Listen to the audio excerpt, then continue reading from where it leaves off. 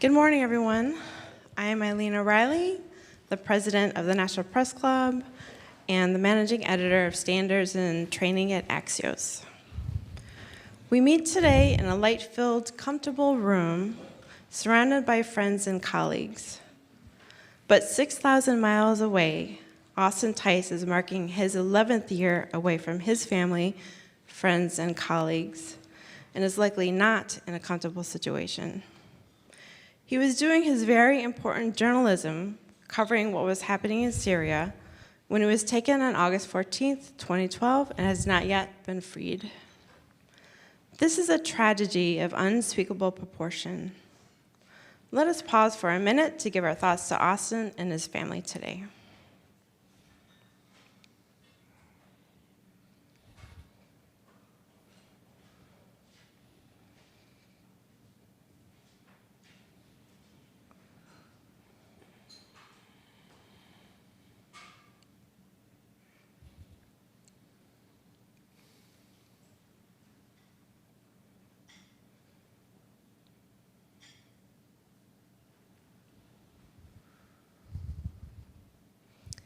Thank you.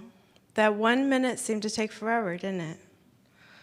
Just imagine how these 11 years, or roughly 5,781,600 minutes, felt to Austin. Today, we hope to do some good for Austin and his case by doing something for his beloved profession, journalism. While American hostages are coming home, American journalists being held hostage are not. Today, we will have a panel to address the issues around that problem and to try to make some recommendations. There has been some progress in Austin's case since he was taken, but he is still not home. Before we start our panel, I would like to introduce someone representing a strong force for press freedom. From the Washington Post, executive editor Sally Busby. Some of the progress in Austin's case has come as a result of the massive and effective ad campaign by the Washington Post Press Freedom Partnership under the leadership of former publisher Fred Ryan. Last year, Fred addressed us via video. Sally Busby is taking up his mantle and has been kind enough to stop by to say a few words. Thank you for joining us, Sally.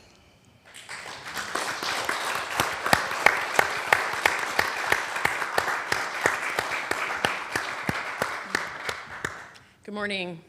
Thank you, Eileen. Thank you to everyone on this panel. I'm very grateful, and thank you to the National Press Club for hosting this event. It's really great and meaningful to see all of you who are joining us in support of Austin. I want to also call out, obviously, our colleagues in Akleh. Very nice to have everyone here. On behalf of all of Austin's colleagues at the Post, our hearts go out today to Deborah, to Mark, and to all members of the Tice family. What they have endured, what you have endured for 11 years is unfathomable to many of us, I think. We stand with you today and every day in calling on the US government to press forward and to make good on its promise to secure Austin's release from Syria. As part of our Press Freedom Partnership, we've run a sustained campaign over the years to support Austin. Full-page photos to build awareness of his situation among the public, to keep him in the public's eye, and to hold accountable those who have the ability to bring him home. I think it's especially gratifying to have this panel today talk about substantive and practical and real ways that progress could be made. And so we're very grateful that the program today is focused on substance in this way. Keeping Austin front and center in the public's attention and eye, and in the attention and eye of government officials is critical. And we hope that Deborah, Mark, and the entire Tice family and the entire world know that we will continue to stand by them and that they are in our hearts on August 14th and every day of the year. We pledge that our campaign will continue until Austin is home. We will be unrelenting until that happens. And we do look forward to the day where this gathering of Austin's friends and family, his colleagues, his supporters, can be a celebration of his return. Thank you so much. Eileen, thanks.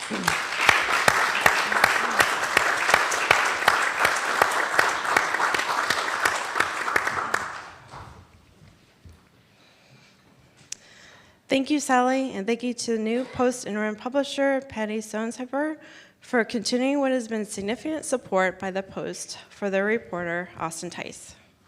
I also want to acknowledge that Austin did great work for McClatchy, and I know there are many in the McClatchy family here today or with us on the live stream, so thank you for your support as well.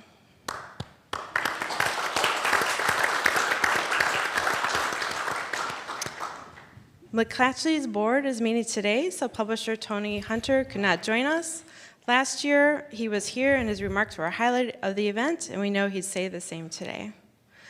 Now I'm going to turn it over to Bill McCarran, who will introduce our panel for the day to look at the challenges that government faces when the hostages they are trying to free are journalists. But first, I want to say hi and thank you for coming to Deborah Tice, Austin's mom, who's here with us today. You came all the way from Texas, and I know this is a particularly tough day for you and your family. So I just want you to hear from me that the Press Club, all 3,000 members of us, are here for you today and every day, and we will continue to be here until we get Austin home. Thank you, Eileen. Of course. Thanks, Eileen. And we are going to go through the panel, but given the date of the 14th of August and what that means, we wanted to start with Deborah, who I think has traveled the furthest to be here in both practical and spiritual ways. And I think you have a statement, don't you? I do. I have a statement. I think I'm going to stand up. You want to stand up? Do you want the podium? Yes. Peter, can we knock the mic off? I want to hide. Okay. Go ahead there. Is Yeah. my mic going to answer with that one? Go right ahead. He's got you. Great. Thank you. Yep. And Paul, I'm so glad that you're here. And I just have to tell you that the agreement that you and Fred Ryan made to work together to bring Evan and Austin home has really made a significant difference for Austin. And I just appreciate that camaraderie, especially in light of the fact that you guys are so different and your news is so different. And it's just beautiful to see that you can work together for these men. Thank you. Thank you.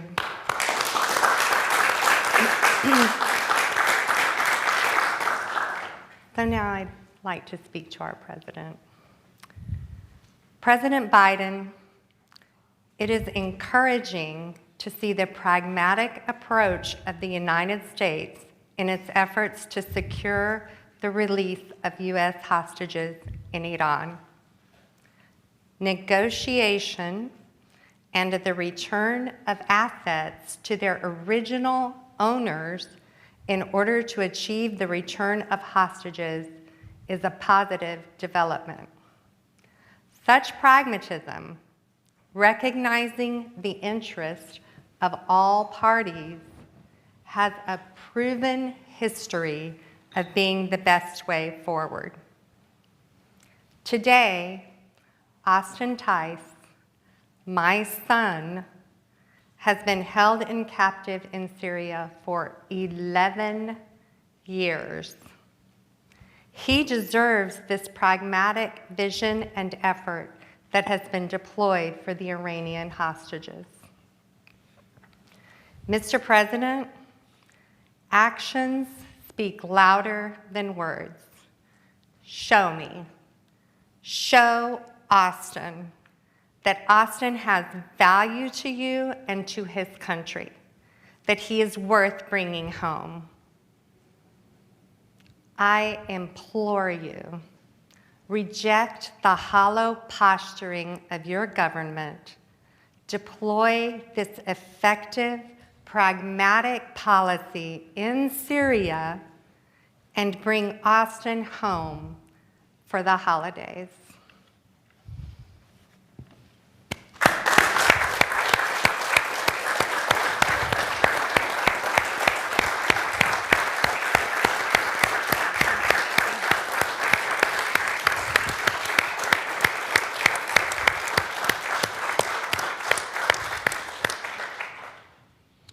Thank you, Deborah.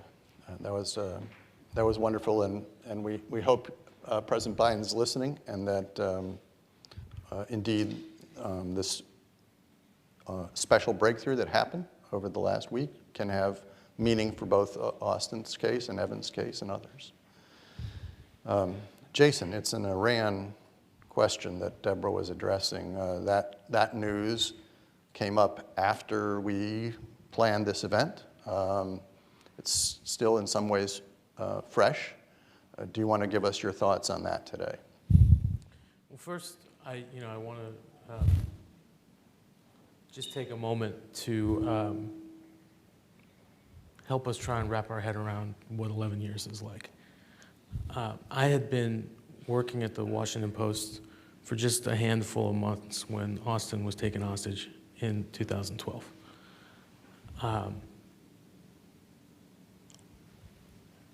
23 months later, I was taken hostage, along with my wife, arrested at gunpoint from our home, thrown in prison in Iran, where I spent a year and a half, where my colleagues from the Washington Post, the National Press Club, and a whole community of friends, family, colleagues around the world fought relentlessly for my freedom.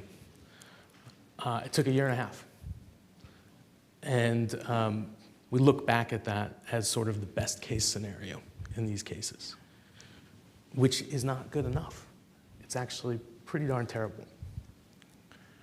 After a year and a half of convalescing, almost 2 years after my return, I returned to full-time work at the Washington Post. I remember taking the bus to work one day, and I was sitting next to a woman on the bus, and on her backpack, she had one of these free Austin Tice pins pinned to her backpack. And I kind of started to weep a little bit, and she said, "Sir, what's wrong?" And I said, "I used to be the name on one of those pins." That was almost 6 years ago. In the time since, I've had a child. He's almost 3. I've moved 3 times. I've been afforded the opportunity to live my life. And Austin deserves that opportunity. He's deserved that opportunity every day for the last 11 years, and he'll deserve it until he comes home. Bill, to your important question about the hostages who are being held in Iran, my position on this is not whether the points of a deal are good or in someone's favor or not. My position is that I'm thankful that I live in a country that when things work, our government goes to bat for its citizens and does whatever it takes to bring us home if we're in trouble abroad. And so far, they've failed Austin and continue to fail Austin every day. And that's not a secret, and it's not anything that anybody in the government would reject. So it's time to do better. And it's been far too long that these 5 Americans have been held in Iran, that Evan's been held in Russia. But during all of that time, Austin's been waiting to come home. Thank you. And Paul Beckett, we're so glad to have you here today. It's a recent case. Paul is the bureau chief for the Wall Street Journal and the point person for the company on Evan Gershkovich case, and a recent case compared to Jason's or to Austin's. But what we're going to try to get to today is that one of the things that we all have in common with these cases is that there are cases of journalists being held, and are there special problems or issues that need to be addressed and that we can get at. But why don't you just start by telling us a little bit about where you think Evan's case is today, or whatever else you'd like to say just to start. Thank you. First of all, Deborah, I'm sorry we're here.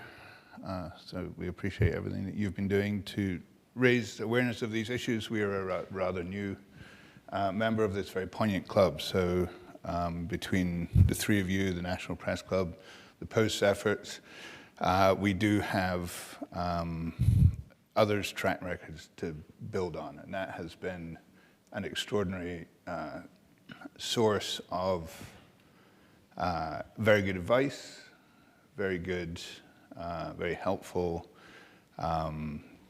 guidance and support since March 29th. So a few months that we have been dealing with this in Evan's case, I'd have to say one thing that does make journalists exceptional in this regard is the amount of community that has been built up through Austin's case, through Jason's case, and several others, of course, but in our case, Evan's. So I do think one of the things that makes journalists probably distinctive in this regard is the amount of journalistic community involvement that has come to support that. I think that is very good in keeping awareness high. And I just think if you're asking what is different about journalists in these cases, I think the journalists are going to be by nature higher profile, and the regimes that take journalists take them for a reason. Journalists stand for things that the people who capture them don't respect, like, want to see in their own societies. So we automatically, as journalists, become symbolic in addition to a sort of tangible hostage asset that someone working in business or someone in almost any other walk of life, save the military or diplomacy, we become targets, and we become, in the perception of the people who take journalists, valuable targets. And I think that presents a very difficult conundrum for any government trying to secure their release, because they become symbolic of, it's typically dictatorships that take hostages, and a free press is anathema to a dictatorship. So if you start from there, you very quickly get spun up into a very meaningful, much more than it is a hostage situation, as we've discussed before. These are not, we couldn't call them wrongfully or unlawfully detained or whatever we want, but this is government taking Americans hostage for their leverage and for their anticipated gain. So I do think journalists occupy a special position to some degree, and I also think weighing against that, as I said, is the fact that there is a huge amount of now institutional support for this kind of thing, and I think it's incumbent on all of us as an institution of the press to figure out what more we can do, what pressure we can bring to bear, how we can get the government even more focused on this. I have to say we're perhaps new enough at this that we actually applaud the work the government has done for us so far. The response has been very receptive. Obviously, as in all of these cases, we would like to see action, but I think there are complicating factors here, as you alluded to, that just make it very tricky. Thank you, Paul. Yeah, I would just say also, in addition to the symbolic value related to journalists as targets, there's a practical aspect to this. So when Evan's in Russia and he's writing about Russia, this is fuel for Americans' understanding of the world. So for us to have a participatory democracy, the citizens need to be informed, right? So when you take a journalist, you're really cutting down on the ability of our way of life to function, which is what I think one of the things Paul was getting at. And I'll just make one other kind of general comment about cases of journalism. I mean, I think particularly in early days of Austin's case and in Jason's case, journalists are very reluctant to cover themselves, right? They don't want to be the story. And that extends, strange way to journalists who are taken hostage, right? So in Jason's case, it was like, how much is too much? The Post couldn't put him on the front page every day.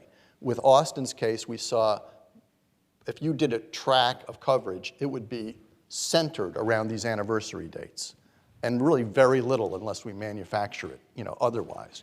I think the Journal has done an outstanding job of keeping the story going, but I know it's an issue between the people who are writing the news of day stories in the general newsroom, which is, advocating quite strongly for Evan in its sort of spare time.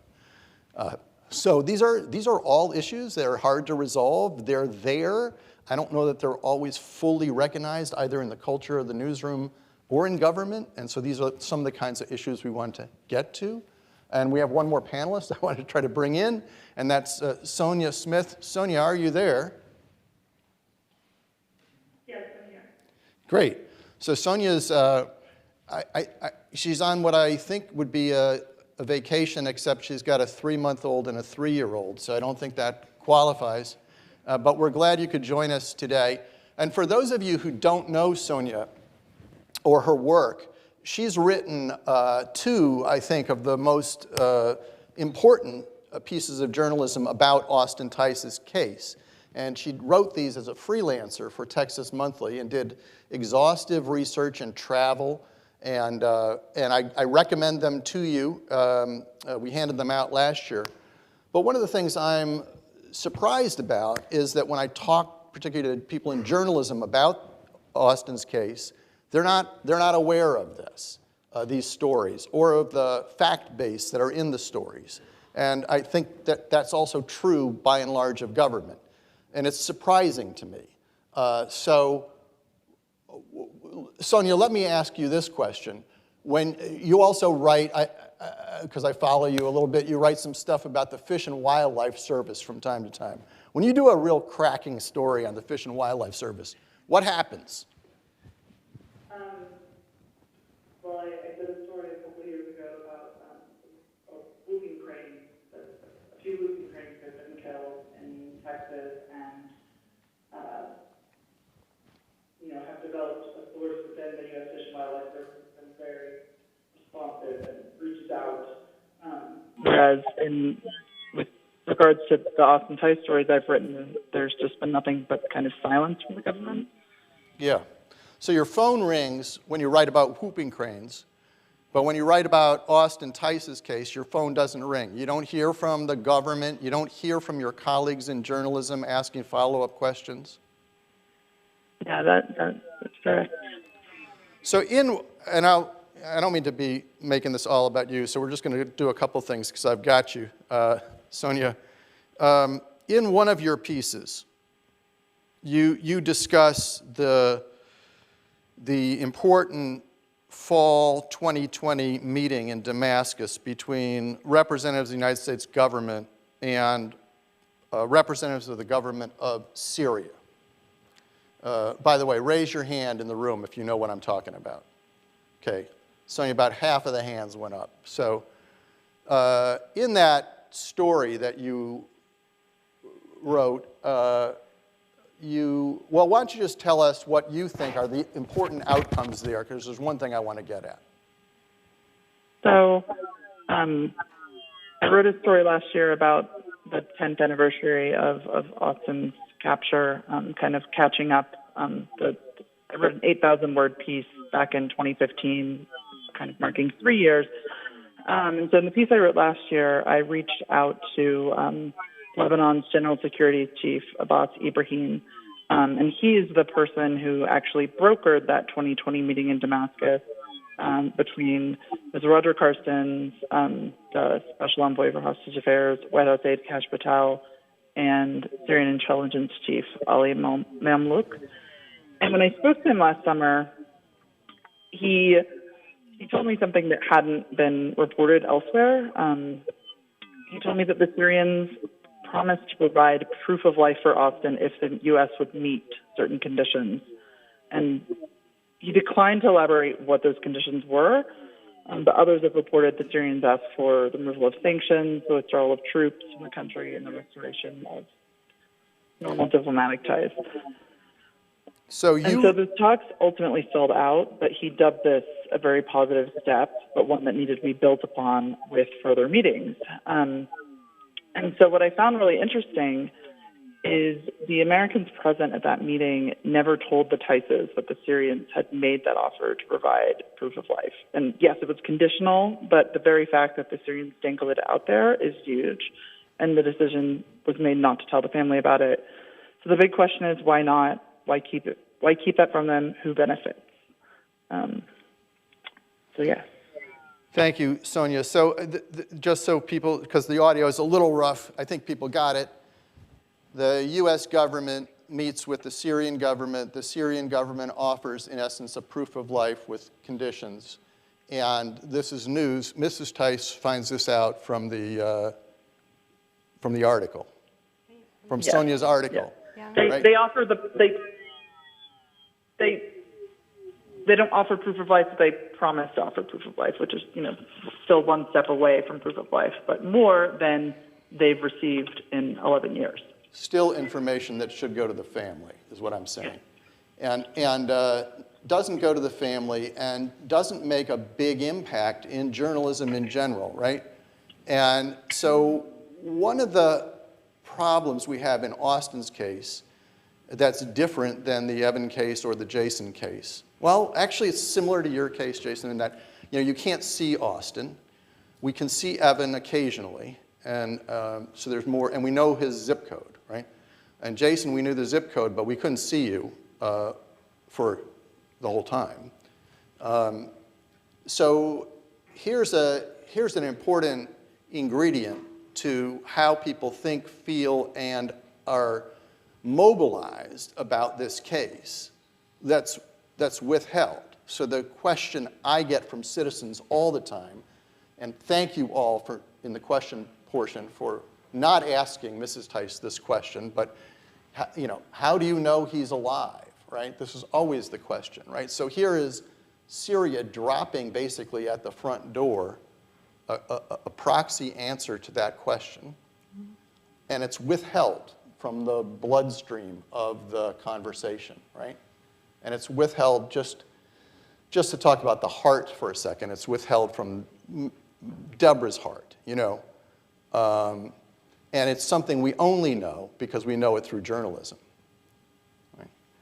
And so when we're looking at the problem of or the issue of what are the special problems related to journalists who are being held hostage, I would say this is one of them, that for whatever reason, the decisions made by the government on which information to share and how to share that information is ratcheted up often when the family or the company is one of journalism, right, rather than something else.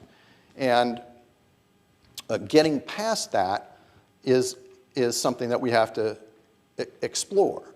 I think recognizing that it's a problem is step one.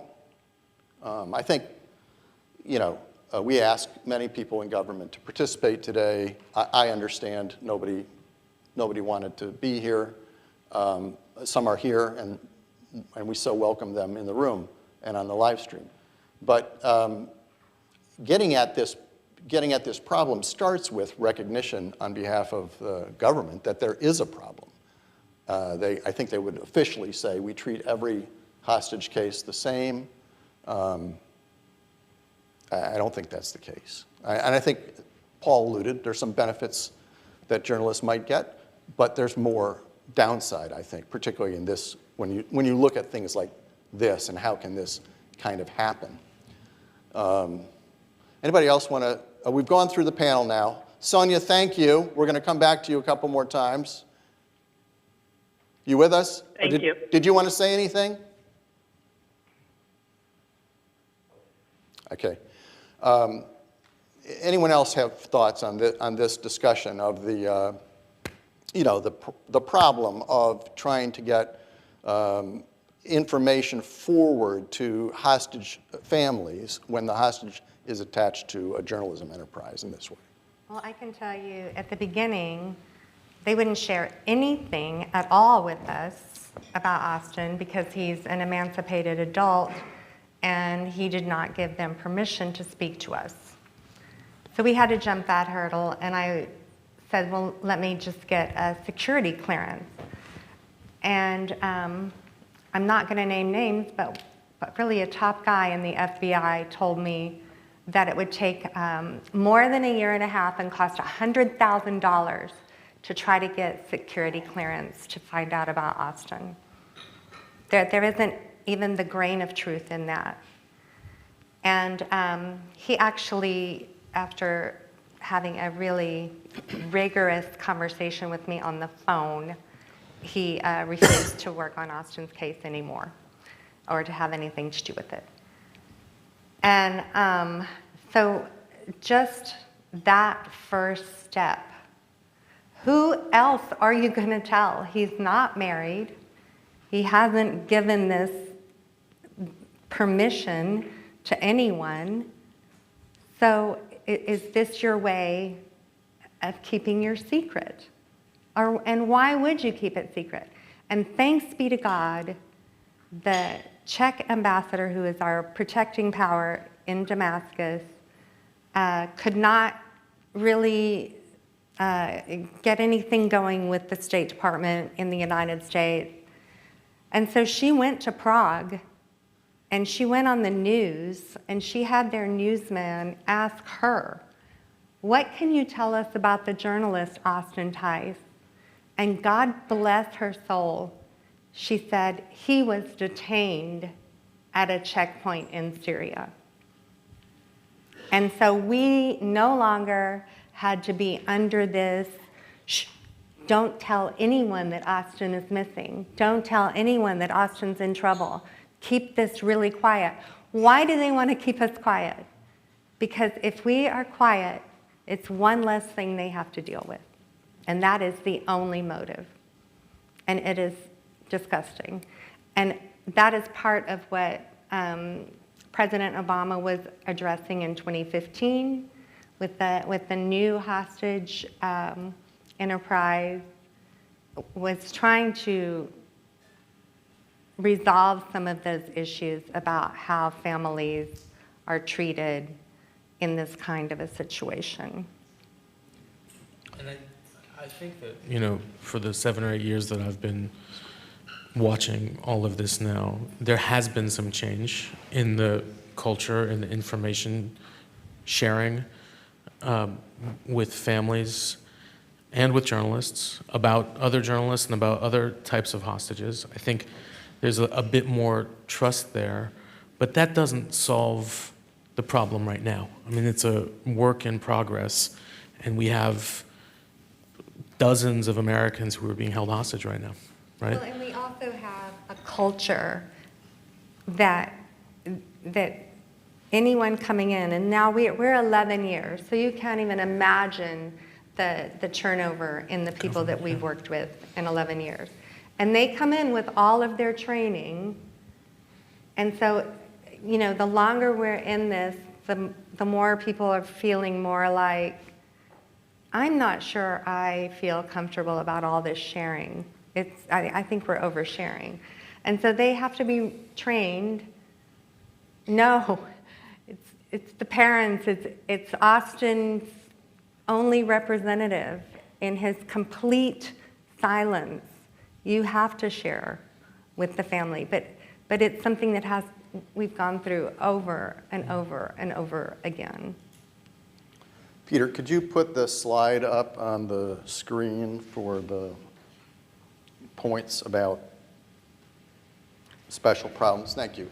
This is just a few of the things that we identified going in that could be more problematic for journalist hostages than other hostages. So the first point is really what we're addressing now. The strategy may not work of silence may not work as well for families of journalists who may push back, you know, harder than others. I think what Deborah was saying here is that really this is a management strategy for government, and maybe was not. Jason, when you were taken, how many hostages cases besides yourself? Around the world? Yeah, maybe Fewer than 10. Okay, so that's where we were in 2014, and fewer than that when Austin was taken, probably in 2012. And now we're at 64-ish cases, depending on who that we know of, that we're talking about. So the scope of work has gone way up in terms of this. And so what am I getting at is that the need to manage that workload is is evident. Now, there's more people working in Spiha and in some other areas than were before. And as Paul's alluded to, and Jason, we're getting better at some of these things. But we still have this issue that it's easier to manage a quiet host family than it is somebody like Ali Razayan, who is out, Jason's brother, who is out talking every day, or Deborah, who was out talking every day. Go ahead. One thing I want to add, though, I mean, I think, it's in Evan's case, in my case, in a lot of these cases, in Brittany Griner's case, we are people that are either already high profile or work for high profile organizations, and the hostage taking has evolved, right? I mean, doing something astounding and public is part of it now, right? In Evan's case, in my case, in the case of these, at least 3 of the Americans who are being held in Iran, it was the local state media that announced our capture, right? Kind of advertising it. In Iran, yeah. And in Russia, and in other places too. So, that's something to take into consideration. How can you have a strategy when, the hostage taker is saying, hey, I've got your person, right? So I think all of it is evolving. On this side, in the recovery process, but also in the strategy of the hostage takers. Mm-hmm. I think we saw the same thing. There were certainly people just after Evan was taken who were very much of the, don't say anything, it will drive the price up. Right? That's the most common response or argument for that strategy. I think there is genuinely, among the people who believe that, a belief that if the hostage taker is a private organization, a terrorist organization, may not have announced it themselves, maybe there is a way to deal with it quietly, and maybe, publicizing it will only make things more complicated in actually getting a deal, not just for the government that's doing it or whatever, but in actually getting a deal. So that was what was a line of thinking early on for us, one line of thinking, and we got that advice quite a lot. The flip side of that, and the advice that we ended up taking, was once the Russians announced that they have seized your reporter on patently bogus charges, what choice do you have? I mean, what are we going to do? Someone comes out and says, you're completely falsely, your guy is a spy. You have no choice but to go to bat as loudly and as quickly as you possibly can, and enlist the government's help in doing that. So it was important to us in the first few days that we had very strong refutations of that from the National Security Council, from Secretary of State Blinken, from the President, from the podium, wherever. I mean, that was the initial blast that you get is not, should we say something or shouldn't we say something? When the Russians say they've got your guy on patently false charges, you have to get in to counter that and not have people take you aside and say, but he was really, wasn't he? No, he wasn't, right? But the louder you say that, the more important that becomes. And that's when you really need the government to help you project that. Because you'll see every single story about Evan says the Wall Street Journal and the US government vehemently deny that he was doing anything other than reporting for the Wall Street Journal as an accredited reporter in Russia. You don't, the shush strategy. I've told people, I would love it if the government came to us at some point and said, keep it down a bit because because it would mean that we were getting somewhere. It would mean that there was something underway that they were worried about jeopardizing. And we would have the ability to do that. We've always retained the ability to have, to say less rather than more. But on balance, I don't think there's any question that once someone says they have your reporter, the only option is to go as loud as you possibly can for as long as you possibly can until something changes. I have to say, with Brittany Griner in Russia, Secretary Blinken came on television and fully explained the process they were going to use to bring Brittany home before they did any of it. So they were absolutely saying, we are going to negotiate, we are going to engage, we are going to negotiate, and we have already prepared our concessions. And that was before any engagement had happened, anything had been done. This happened right around the time that Austin had been detained 10 years. 10 years, we had been hearing, we will never engage, we do not negotiate, and certainly there will never be any type of concession whatsoever. And then we hear the Secretary of State iterating that before they have done any part of it. Knife to the mother's heart? Quite likely, quite likely. Right, so, and to be clear, you're not saying that he handled that wrong, right or wrong. You're saying that it's just being handled quite differently than your case. That's the news. Yeah. That's like Walter Cronkite. I'm not giving you any opinion there. That's the news. Yeah. Yeah. And so in this case, hey, we can't talk about it because it could raise the value, or it could make negotiations difficult. Here's the Secretary of State saying, we're going to make a deal. It's a good deal. And they should take it, and it's on the table. Very different. Jason, do you think that this shush strategy thing is a vestige of days gone by when most of the hostage taking was done by terrorist pirates, somebody looking for a financial consideration primarily, not this sort of strategic government thing? I definitely think that, and I've watched a lot of these cases, not only in the U.S. but in other countries as well. And I think we are light years ahead of some countries in terms of engaging more quickly than others. I think most governments choose to engage when it becomes a political liability not to. And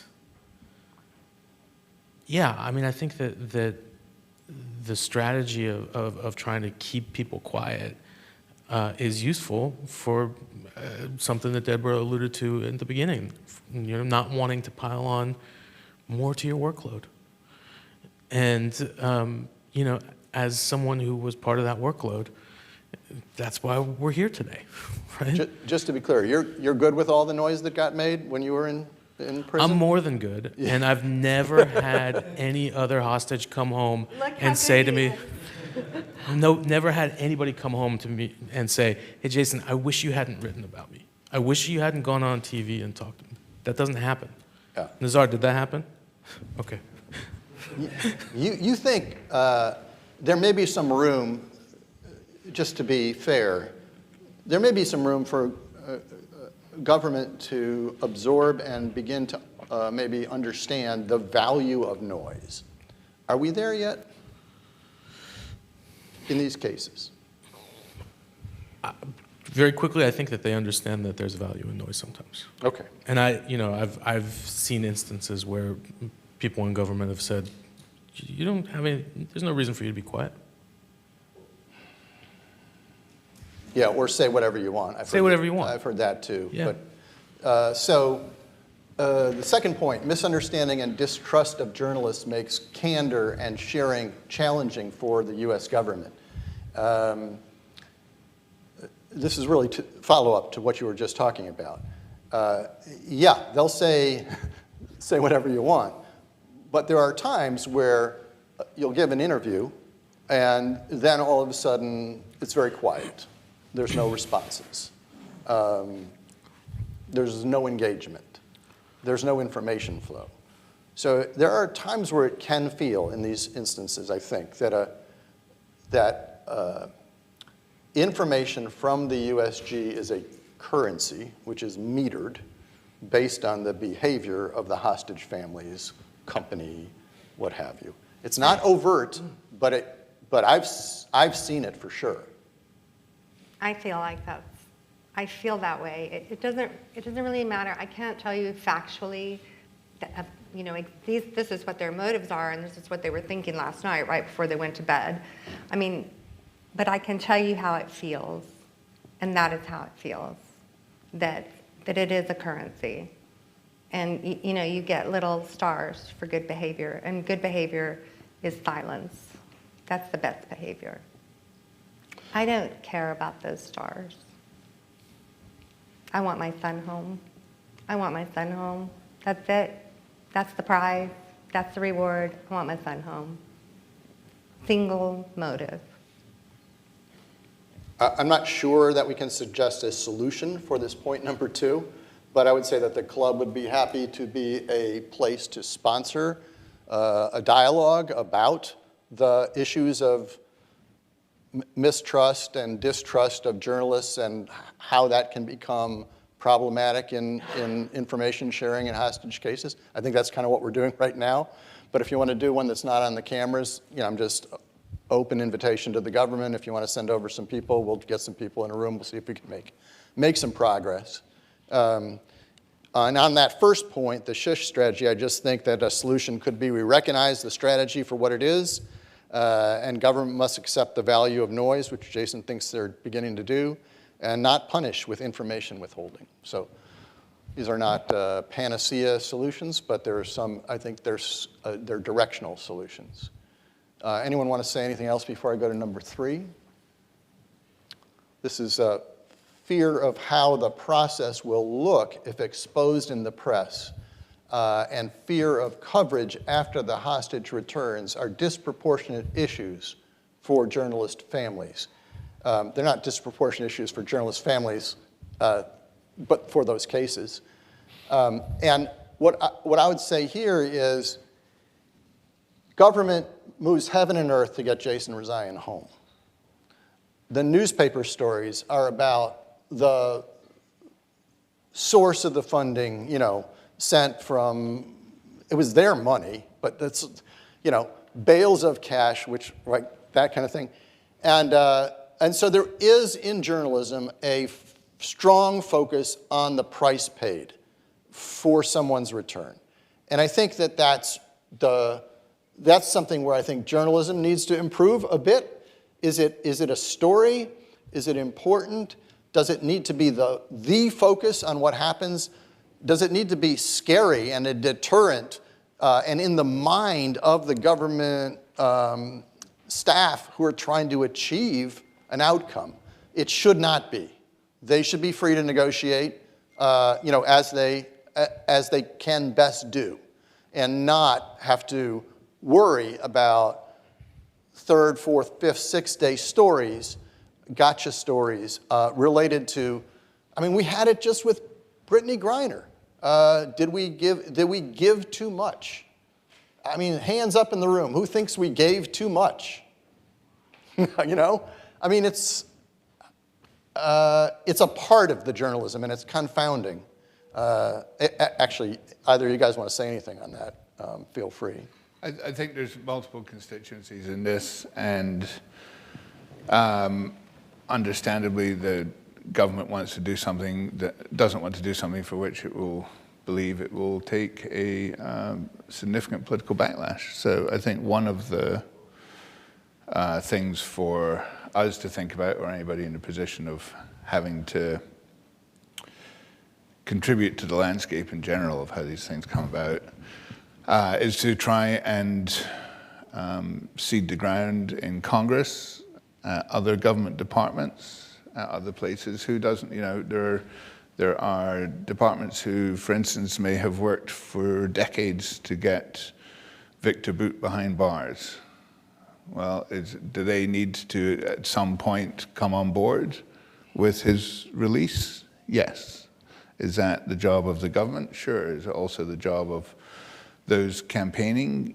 I think that's the case, and I think it's the case with Congress as well. I think you have to have some reassurance that it's not going to, from the government's perspective, kind of blow up in their face, and Congress can play a big role in that. So I don't think it's just, you know, an executive branch exercise. I think there's congressional input here as to, is everybody on board with this and what will be the reaction? And it's very understandable that the government does think about that as it prepares for someone's release or works for someone's release. Yeah, go ahead. You go. Anyone? And then I have something to So say. I just want to say that the rancor in our political atmosphere is really, I don't know if it's unprecedented, but it's certainly astounding. And so, you know, and they have to campaign to keep their jobs, right? And the campaigning has already begun for next November. And in this period, you don't dare to do anything at all. You make promises, but you do not do anything. Because in this atmosphere, you've been wearing brown shoes for 10 years. And I saw yesterday you were wearing black shoes. What is the message? And that's going to be a headline. Changes. Why have the shoes become black on a man who's been wearing brown shoes for 10 years? And so when they can go after anything to make that look like a bad guy, that look like someone you don't want to be electing, imagine an airplane full of money landing in Iran. We are going to nail you on that, and we are going to get 5 more of our people in Congress. And so we face that too. Just this fear of losing my job. It's no longer about the detainee or the hostage. It's about my career. And that is just, as Paul Harvey would say, the way it is. I want to add one more thing. I mean, I think a lot of the onus is on us as journalists on how we report these stories. My colleague Kate Woodsum is here today. She and I did a lot of reporting on hostage cases over the last few years. And the approach that we took to it was to do no harm. When you're dealing with people that are stuck without a voice somewhere else in the world, you have a responsibility to not make their situation worse than it already is, right? And so when we talk about the headlines, I saw this a lot. I talked to Paul about it in the first hours, a couple of days after Evan was arrested. So many of the headlines were, Wall Street Journal charged with espionage in Russia, right? You're not going to see me write a headline like that, because I know that as the subject of headlines like that for a year and a half, that didn't help me, right? And so, the presumption of innocence and our commitment to the rule of law in this country and, checking our sources and having multiple sources. I think about all of those things when I report on one of these cases. And unfortunately, a lot of my colleagues, around the news industry don't do that. It's changing. We've seen great progress on this, most notably in the coverage of Evan's case. But I can tell you 9 years ago when I was arrested, that was not the case. And I'm glad to see that shift, but we can do so much more. Yeah, can we jump to the last point there, which kind of touches on what you all have been saying here? And this is about the wait time on the unjust detention. We just experienced it most recently in Evan's case, so that's what we can take a look at. Land speed records set by the U.S. government to declare Evan's case unjust detention. It was 13 days of work, and probably a lot of people did not sleep getting that done. That has got to be the fastest that this mechanism can move, and it's not fast enough with respect to the timing that's required. So when Evan's detained, there's 13 days where the Russians can say he's a spy or he's caught red-handed, which I think if you look up, there's no Russian translation for red-handed. So that was meant for us, that phrase. But it's you can't fight back, even though the Secretary of State came out and said, even though we haven't declared unjust detention, there's something wrong about this. I talked to reporters about it, and they would say, we're not going to go until we hear the government declare unjust detention. We're going to keep saying what the Russians are saying until we hear unjust detention. So that's, okay, part of that's on, as Jason said, that's on journalism to fix that problem. But we're floating, and I think the Wall Street Journal is interested in looking at this too, or the legal side, another way that we could work on speeding up the unjust detention declaration.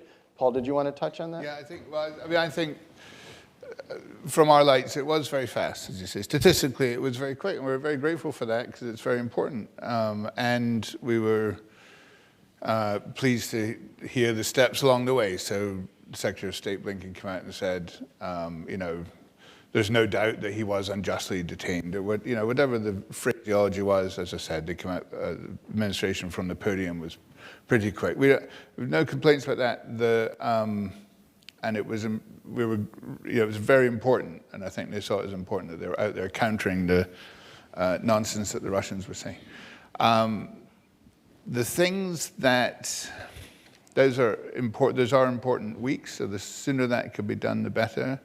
The flip side, I'm sure, I don't want to make the government's case for them, the flip side is there are a lot of people who don't get that designation. And if you don't get that designation, you're going to ask, well, how come it happened so quickly? How could they do it that fast? There are checkpoints that the government has to go through. It's a relatively new exercise. There's 11 points that they have to satisfy, and they have to make sure that no one can come around and say, you expedited that one and left off points 4 through 11. Right? They've got to go through them all, and they have to do that for good reason, because otherwise they'll get whacked by the folks that have applied for that for a long time and never got it. So I understand that. The sooner it can happen from anyone's perspective, the better. I think one of the things then is what happens next. It puts it into a process within the US government in the Special Presidential Envoy for Hostage Affairs office, which does mean you get a lot of means that it's a singular focus on your case. It means there's a family liaison that's appointed by SPIHA to deal with the family. Those are all things that I don't think have existed for all that long, and I think that's a refining and evolving and very welcome area of development for new cases. It probably feels very distant for you, Deborah, but for new cases, these are the things that kick into place. I think the tricky thing is, what does that do for the people who are holding your reporter hostage?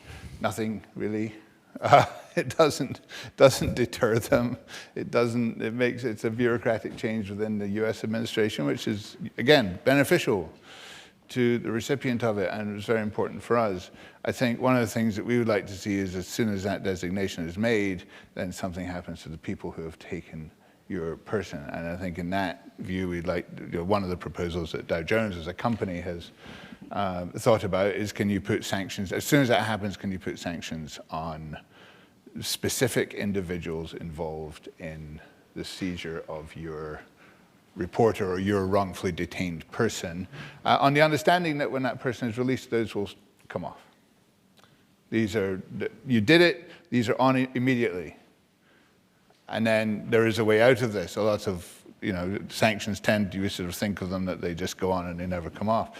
It would be very conditioned to the fact that on this person's release, those sanctions would be lifted. So it's anything like that that could just take away some of the obvious leverage and gain that the regimes that engage in this behavior see to be to their advantage. And so anything like that would be very welcome, so that the designation of unlawfully detained doesn't just apply on the US side, beneficial as it is, but actually has some ramifications for the people who took your guy.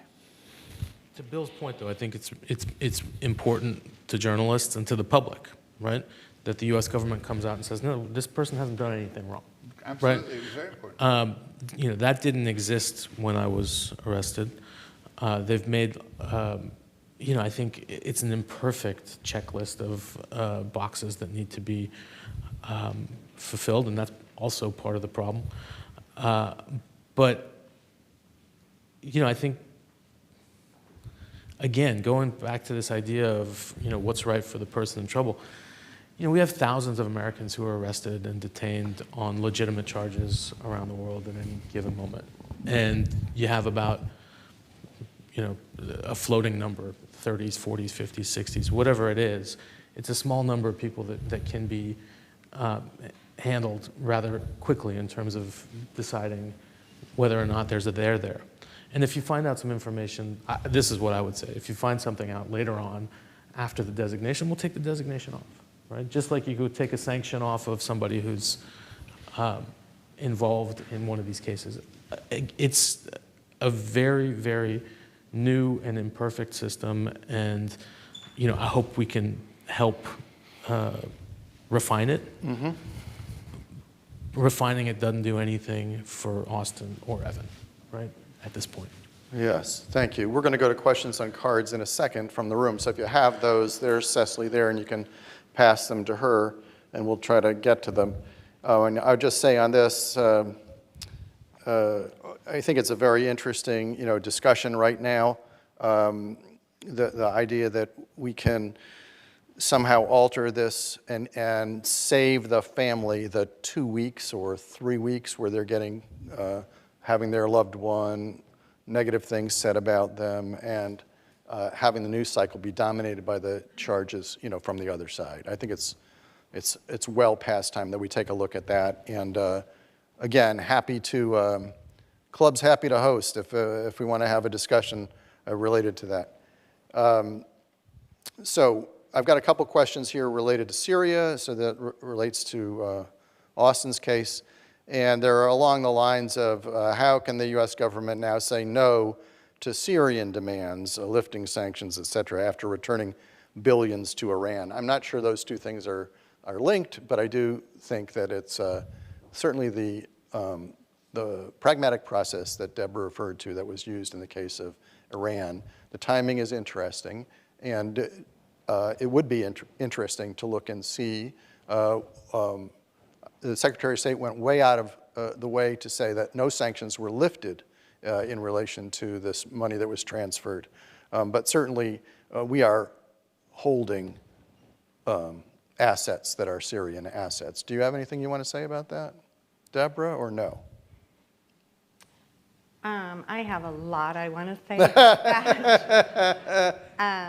I think you have to go back to the beginning of the beginning, and the sanctions that were slammed on the Syrians and the Syrian government, especially in December of 2020, were not well thought out. And I just want to give you a small example. In this whole Ukrainian-Russia business, there's the will to impose sanctions on various Russians and Russian government. Each single sanction, each one, has to be debated with our allies at NATO. In December of 2020, it was a double-digit, maybe a triple-digit number slammed on Syria.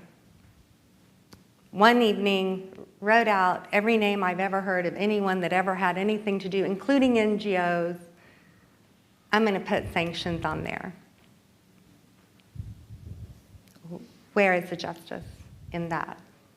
And how do we make sanctions our altar and our the thing that we can't move? When those weren't even thought out. Those weren't even discussed. They came out of someone's head, through their pen, all done, Merry Christmas. Okay. Well, there does seem to be an opportunity now to, if not to look at sanctions, to look at these kind of creative ways that were used in this case in Iran, which they're technically saying are not lifting of sanctions, but they were making funding available, which was a super important, had a role in Jason's, and it wasn't just you, it was several Americans who were released at that time as well. It's generally a part of it. So, any other questions from the audience? I did want to say something. A year ago, we were here at this juncture, 10 years in for Austin. And Deborah had that year, and Deborah and Mark had a meeting with the president. And we're very moved by his knowledge of the case, his interest, and his instruction. And that was in May. And we met in August to recognize the 10th anniversary of Austin's detention. And in the run-up to that, there was an astounding effort on the part of the US government to say that we were having substantive meetings with Syria in the way that the president had instructed the NSC staff that they must do. The podium from the State Department was used for this. The podium from the White House was used for this. And the message that day was going to be, we love the meeting with the president, but there hasn't been enough achieved because we haven't had engagement in meetings. And so we didn't say that a year ago at that event for Austin at the 10-year anniversary. We didn't because our government said from the podium, substantive meetings are going on. Well, that's maybe true now, but that was not true then. And so the interest in the government to manipulate the press and the families through the press is substantial. So we return to Sonia, who mentioned to us that an important revelation about Austin's case was printed and not really discussed and not passed on to the family, right? So there's a lot of repair that needs to be done, but 1 year ago is not a long time. And because of how it was done, there was no price paid by our government on this. And so, yes, there's distrust of journalists and journalism and concern about how you're going to come out at the end and in the story and how the story is written. But the government also really is doing quite a bit to be misleading in using its methods of communication. And I think more attention needs to be paid to that if we're going to make progress in any of these areas. And we've said a lot today about the government. I'm going to say now there are amazing people that are working in the government that have Austin's case in their hearts and have done more than Deborah will ever be able to probably thank them for. And we also think the president is genuine in his interest in solving this problem. The problem becomes once the president has given the directive, is the middle management following through on what he wants done? The president needs to follow up. And this is something that is really grueling to know. Donald Trump was rabid to get Austin Tice home. Austin was on his mind all the time. And after 2020, John Bolton and Mike Pompeo wrote books. And in their books, both of them gave themselves a pat on the back that they ran interference on Donald Trump engaging with Syria to bring Austin Tice home. I don't think the president was aware of how they were obfuscating him and manipulating information to him that made him think that they were working very hard and it was just very complicated. I don't think he ever would have guessed that of his own staff. And now they consider that to be something to be very proud of. And so it is, I too believe that President Biden is sincere in wanting to bring Austin home. I wonder how much he's in the weeds on why isn't that happening. Okay.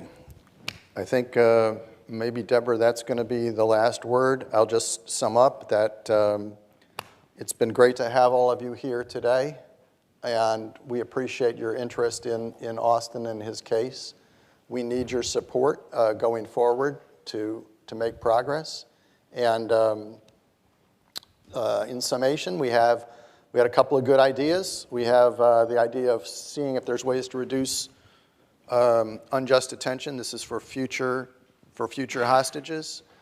We have the idea of the press club possibly hosting a dialogue about government and journalist hostage families,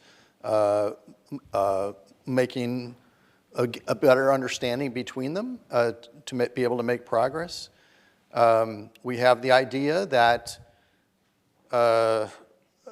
management in government must ensure that there's follow-through on directives from the president, that it's old-fashioned, but the president is the boss, and what the president wants, is policy and should be carried out.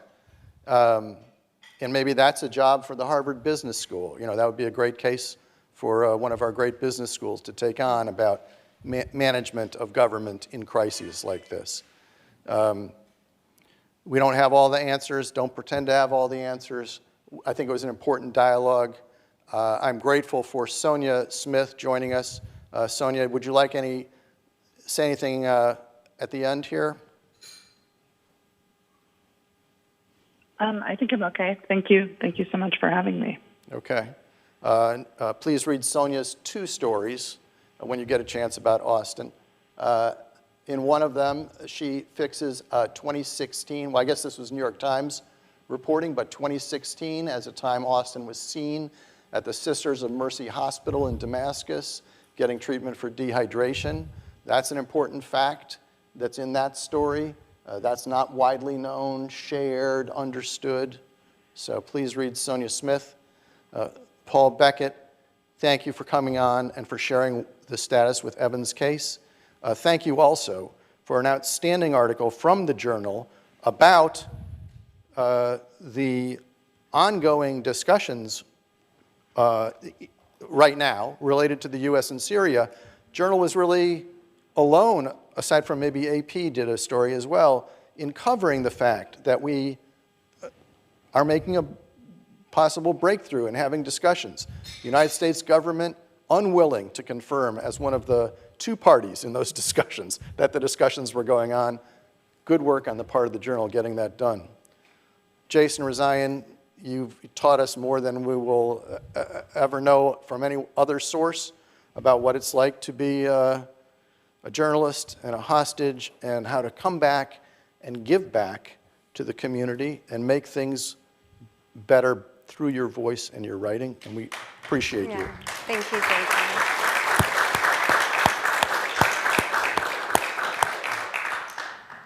Deborah Tice, you're the strongest person I know, and we appreciate your heart, and we appreciate your strength for Austin, and we will do what we can to support you going forward.